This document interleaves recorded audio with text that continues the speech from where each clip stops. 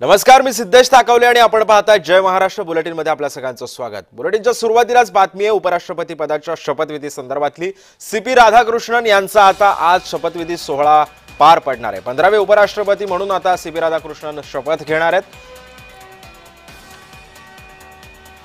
आज सीपी राधाकृष्णन यांचा शपथविधी सोहळा हा पार पडणार आहे। 15वे उपराष्ट्रपती म्हणून सीपी राधाकृष्णन हे आता शपथ घेणार आहेत।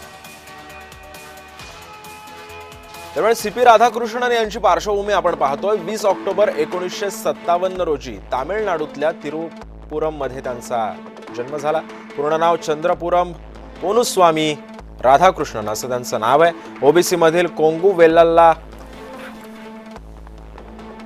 चिदंबरम कॉलेजमधून बीबीएची त्यांनी डिग्री घेतली। महाविद्यालयीन जीवनामध्ये टेबल टेनिस चॅम्पियन ते राहिलेले होते।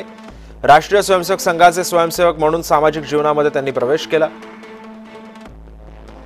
विद्यार्थी चळवळीतून राजकारणाला त्यांनी सुरुवात केली।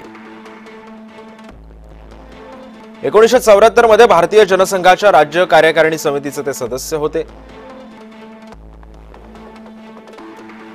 1996 मध्ये तामिळनाडू भाजपचे सचिव म्हणून त्यांची नियुक्ती करण्यात आली। कोइंबतूरमधून 1998-99 मध्ये 2 वेळा लोकसभा निवडणुकीमध्ये त्यांचा विजय झाला। तामिळनाडूचे भाजपचे प्रदेश अध्यक्ष म्हणून कामाचा अनुभव त्यांना आहे। 2007 मध्ये समान नागरी कायदा अस्पृश्यता निर्मूलनाविरोधात 92 दिवसांची 19,000 किलोमीटरची रथयात्रा त्यांनी केलेली होती। 2020-2022 मध्ये केरळ भाजपचं प्रभारीपद सांभाळलं सुद्धा होतं त्यांनी।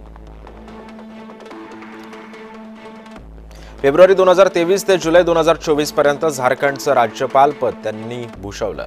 मार्च ते जुलै 2024 दरम्यान तेलंगणाचा अतिरिक्त कार्यभार सुद्धा त्यांनी सांभाळलेला होता।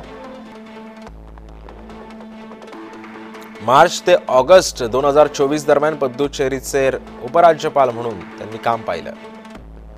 ऑगस्ट 2024 पासून महाराष्ट्राचे राज्यपाल म्हणून ते कार्यरत होते।